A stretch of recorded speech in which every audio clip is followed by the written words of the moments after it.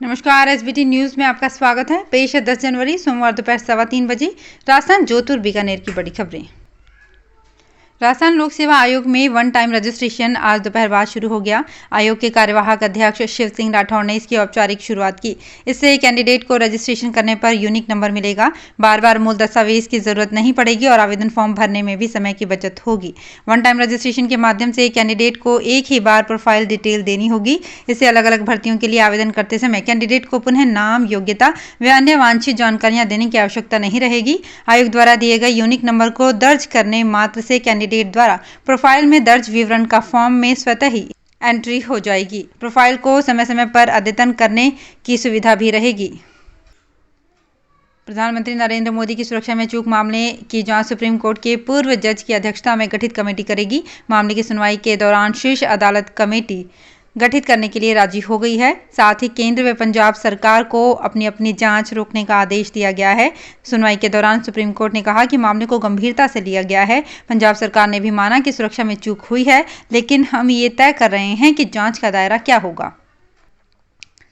बेकाबू होते कोरोना संक्रमण को लेकर पाबंदियों का दौर भी बढ़ने लगा है। सरकार की ओर से शनिवार रात से सोमवार सुबह तक पूरी तरह बंदिशें लगा दी गई है। ऐसे में दौसा जिले के प्रसिद्ध मेहंदीपुर बालाजी ट्रस्ट ने भी मंदिर बंद रखने की घोषणा कर दी है। यहां रविवार को मंदिर पूरी तरह से बंद रहेगा। हालांकि आरती व भोग पहले की तरह जारी रहेंगे, लेकिन श्रद्धालु बालाजी महाराज के दर्शन नहीं कर सकेंगे। वहीं दर्शनों के टाइम में भी बदलाव किया गया है। दिल्ली के प्रमुख 5 हॉस्पिटल्स के करीब 800 से ज्यादा डॉक्टर कोविड पॉजिटिव हो गए हैं। पॉजिटिव डॉक्टर्स के संपर्क में आए डॉक्टर्स और पैरामेडिकल स्टाफ भी आइसोलेशन में हैं।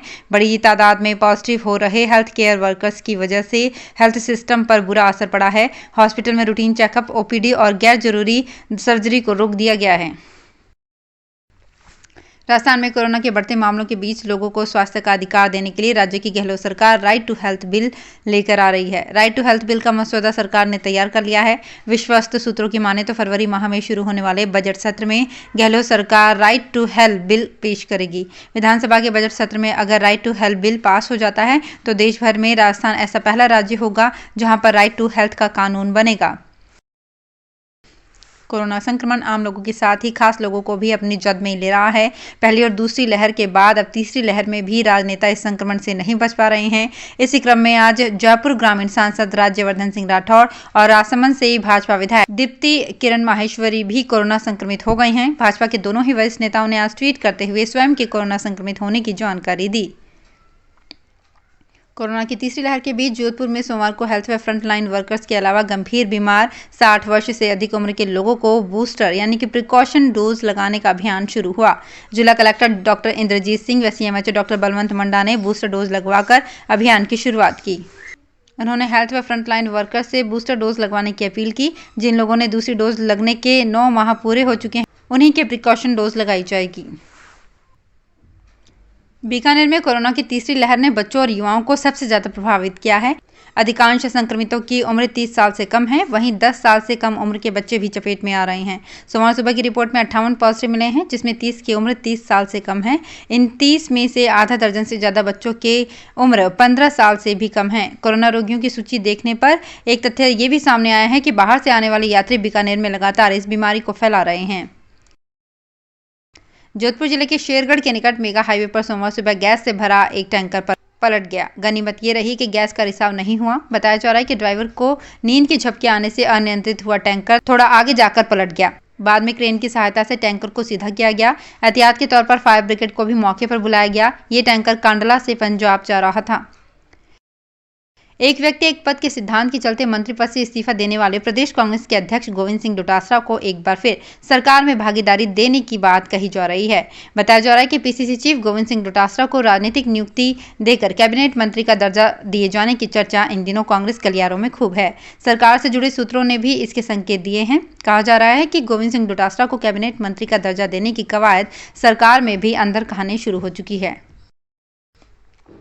जोधपुर हॉर्स क्लब व नगर निगम उत्तर के संयुक्त तत्वाधान में चामी पोलो ग्राउंड मैदान में चल रहे 3 दिवसीय हॉर्स शो के समापन युवा मामलात एवं खेल मंत्री अशोक चंदना और पूर्व क्रिकेटर यूसुफ पठान ने भाग लिया।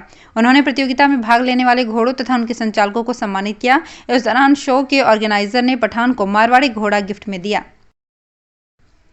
राजस्थान के मुख्यमंत्री अशोक गहलोत ने प्रदेशवासियों को विश्व हिंदी दिवस के अवसर पर शुभकामनाएं दी हैं। इस अवसर पर गहलोत ने कहा कि हिंदी मात्र एक भाषा नहीं बल्कि हमारी संस्कृति का एक अभिन्न हिस्सा है। उन्होंने कहा कि देशवासियों को एकता के सूत्र में पिरोने के साथ ही दुनिया के कोने कोने में बसे भारतीयों को मातृभूमि से जोड़े रखने में हिंदी ने महत्वपूर्ण कड़ी की भूमिका निभाई है। जोधपुर एयरफोर्स रोड पर एक वैन ने राह चलते आग पकड़ ली। जयपुर नंबर की वैन में अचानक आग लगने से चालक और उसमें बैठी महिला कार को साइड में रोककर नीचे उतर गए। देखते ही देखते आग की लपटें पूरी वैन को घेर चुकी थी। सूचना पर दमकल पहुंची और आग पर काबू पाया। देर आए दुरुस्त आए वाली कहावत बीकानेर में चरितार्थ होती दिखाई दे रही है। जिले में नकारा व खटारा दौड़ रहे 108 एम्बुलेंस गाड़ियों की सरकार व जीवी के AMRI ठेका कंपनी ने सुध ली है। बीकानेर की गाड़ियों की हालात उजागर होने पर सरकार ने जिले को 3 नई एम्बुलेंस दी है। इन एम्बुलेंस के संबंध में शनिवार को ही चिकित्सा एवं स्वास्थ्य की विशिष्ट शासन सचिव एवं मिशन निदेशक NHM अरुणा राजौरिया ने आदेश जारी किए हैं। जोधपुर में सांगरिया व्यापार संघ के नवनिर्वाचित पदाधिकारियों का सम्मान समारोह आयोजित किया गया। सांगरिया व्यापार संघ के प्रचार मंत्री PP पटेल ने बताया कि हाल ही में सांगरिया फांटा व्यापार मंडल के चुनाव संपन्न हुए, जिसमें निर्वाचित अध्यक्ष संतोष सारण को चौथी बार निर्विरोध सांगरिया फांटा व्यापार मंडल का अध्यक्ष बनाया गया। कार्यक्रम में नवनिर्वाचित अध्यक्ष संतोष सारण सहित समिति के सभी पदाधिकारियों का साफा बांधकर व माला पहनाकर सम्मान किया गया। तो फिलहाल इस बुलेटिन में इतना ही। फिर हाजिर होंगे कुछ और बड़ी खबरों के साथ। SBT न्यूज़ के और भी वीडियोस को देखने के लिए हमारे चैनल को सब्सक्राइब करें और नोटिफिकेशन पाने के लिए बेल आइकन को प्रेस करें।